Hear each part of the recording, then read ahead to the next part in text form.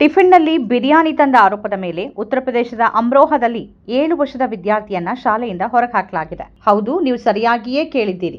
ಮಾಂಸಾಹಾರದ ಬಿರಿಯಾನಿ ತಂದ ಆರೋಪದ ಮೇಲೆ 7 ವರ್ಷದ ವಿದ್ಯಾರ್ಥಿಯನ್ನ ಶಾಲೆಯಿಂದಲೇ ಹೊರಹಾಕಲಾಗಿದೆ. ವೈವಿಧ್ಯತೆಯಲ್ಲಿ ಏಕತೆ ಅಂತ ಹೆಮ್ಮೆಯಿಂದ ಹೇಳ್ತಾ ಇದ್ದ ನಮ್ಮ ಈ ದೇಶ ಹೇಗಾಗ್ಬಿಟ್ಟಿದೆ ನೋಡಿ. ಇಲ್ಲಿ 7 ವರ್ಷ ವಯಸ್ಸಿನ ಸಣ್ಣ ಹುಡುಗನಾಗ್ಲಿ 72 ವಯಸ್ಸಿನ ವೃದ್ಧನಾಗಿರ್ಲಿ, ಇಬ್ಬರೂ ಮುಸ್ಲಿಮರಾಗಿದ್ರೆ ಅವರು ಯಾವಾಗ ಎಲ್ಲಿ ಬೇಕಾದ್ರೂ ಅವಹೇಳನ ಅಥವಾ ದಾಳಿ ಎದುರಿಸುವಂತ ಪರಿಸ್ಥಿತಿಯನ್ನ ಇಲ್ಲಿ ಸೃಷ್ಟಿ ಮಾಡಲಾಗಿದೆ.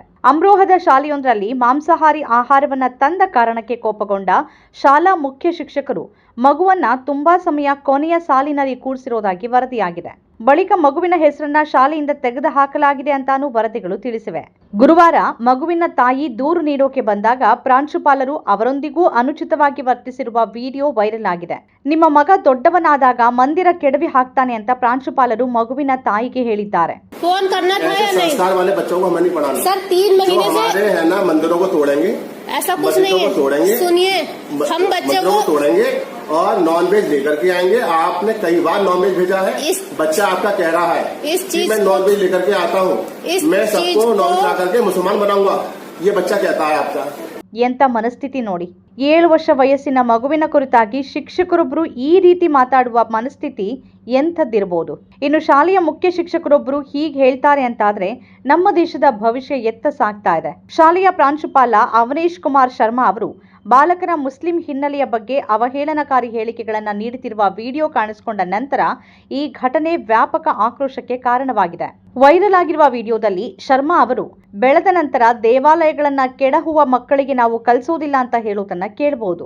ಹುಡುಗನ ಕುಟುಂಬ ಇಂತಹ ಆಹಾರಗಳ ಮೂಲಕ ಇತರರ ಧರ್ಮ ಪರಿವರ್ತಿಸೋಕೆ ಪ್ರಯತ್ನಿಸುತ್ತಿದೆ ಅಂತ ಶರ್ಮಾ ಆರೋಪಿಸಿದ್ದಾರೆ. ಸಾರ್ವಜನಿಕರ ಆಕ್ರೋಶದ ನಂತರ ಅಮ್ರೋಹದ ಉಪವಿಭಾಗೀಯ ಮ್ಯಾಜಿಸ್ಟ್ರೇಟ್ ಸುಧೀರ್ ಕುಮಾರ್ ಅವರು ಈ ವಿಚಾರದ ಬಗ್ಗೆ ತನಿಖೆಗೆ ಆದೇಶಿಸಿದ್ದಾರೆ.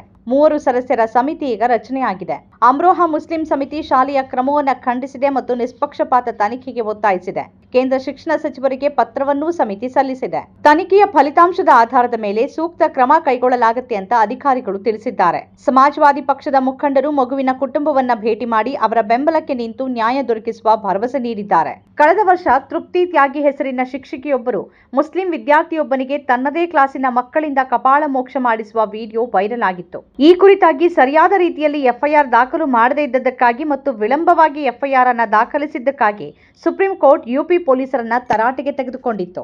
ನಮ್ಮ ಕಾರ್ಯಕ್ರಮಗಳನ್ನ ನೀವು ನೋಡ್ತಾ ಇದ್ರೆ ನಮ್ಮ ಚಾನೆಲ್ ಅನ್ನ ಸಬ್ಸ್ಕ್ರೈಬ್ ಮಾಡಿ, ಪಕ್ಕದ ಬೆಲ್ ಐಕಾನ್ ಒತ್ತಿ ನಮ್ಮನ್ನ ಬೆಂಬಲಿಸಿ.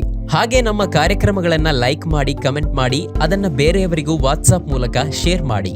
ನೀವು ಹೀಗೆ ಮಾಡಿದಾಗ ನಮ್ಮ ಚಾನೆಲ್ ಇನ್ನಷ್ಟು ಮತ್ತಷ್ಟು ಜನರಿಗೆ ತಲುಪಲು ನೀವು ನಮ್ಮೊಂದಿಗೆ ಸಹಕರಿಸಿದ ಹಾಗಾಗುತ್ತೆ. ಇದು ನೀವು ಯಾವುದೇ ಖರ್ಚಿಲ್ಲದೆ ಕೆಲವೇ ಸೆಕೆಂಡುಗಳಲ್ಲಿ ನೀಡಬಹುದಾದ ಸಹಕಾರ.